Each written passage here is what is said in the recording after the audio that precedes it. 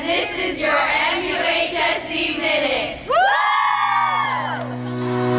The first stunt competition of the season took place at El Capitan High. Stunt is new to the district and one of the fastest growing sports in the nation that allows competitors to show off their strength, athleticism, and flexibility in a series of choreographed routines. Students and parents learn best driving practices and the newest driving laws at the Start Smart Young Driver Workshop held at Atwater High. In partnership with CHP, the Start Smart program aims at reducing the number of accidents involving teens and potentially saving lives. Actually, we showed them a video. It was a very impactful video. I can see we had some parents crying, a little teary-eyed, but it's like I tell them, it's reality, it's the truth, it's stuff that as CHP officers we have to deal with. Merced High students got to have lunch with the superintendent and have a conversation about campus life. Among the topics discussed were whether or not students felt that they were being prepared for life after high school, food options, and vaping.